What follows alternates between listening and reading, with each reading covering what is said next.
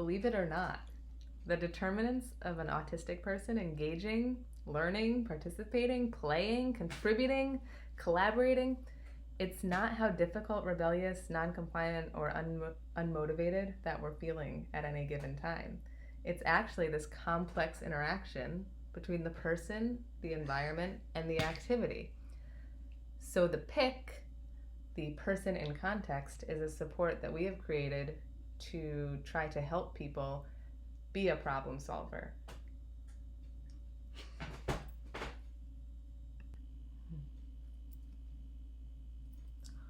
Too often, I think that the responsibility and the burden of functioning falls solely on the autistic person, and far too little consideration of the functionality of an activity or an environment is considered by our partners and peers. So this support is really aimed at helping to improve that and to lead people towards this way of thinking. So the PIC is really a series of worksheets which helps us do this detective work or this problem solving that Jacqueline was talking about. And the support is really designed to help people problem solve and tease apart where those mismatches in energy for the person are and the required energy for the context, if we think back to the energy meter that's part of this suite as well first. So the first sheet here is the person profile, and you'll notice that we've got several different categories that are listed. So physiological, interoception, sensory, motor, cognitive, communication, and social. And this is really a place where we want to build a comprehensive profile of how an individual experiences and interacts with the world, and really to be able to highlight both the strengths that they have and then some of the difficulties that they might encounter. We want this sheet to be filled out regardless of context, so it's just truly who the person is, which would take us to our next sheet, where we then start to think about, in a given activity, what are the demands of that activity? And you'll see that we use those same categories that we had for the person here, but we want to answer the questions related to what the demands are for that particular activity. And then we want to not just think about the activity, but we want to think about the environment, because it is that complex interaction, as Jacqueline said. So again, we've got that same series of factors that we're considering that we did for the person, ranging from physiological down to social, but now we're thinking about the environment. Once an individual and their team or the team surrounding the individual have filled out the person profile, the activity profile, and the environment profile, it's time to put the PIC together.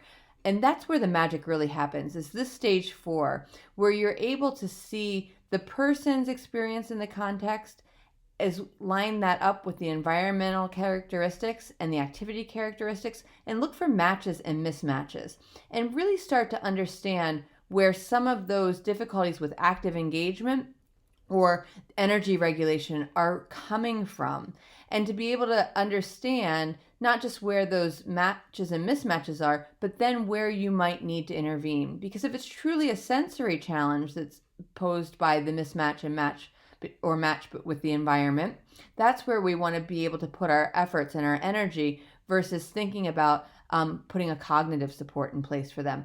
This really allows us to understand the person in the context and the type of support that might be most beneficial for them.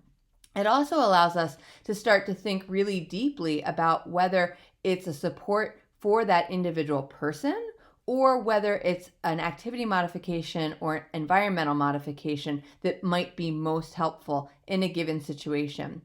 At the last page of the putting the PIC together, there's a place for us to really start to list those most significant or most powerful supports based on the conversation, so that there's a resource to draw upon for those situations when an individual anticipates encountering difficulties or a mismatch between their own profile and the environment, or their energy isn't quite where it needs to be able to actively engage.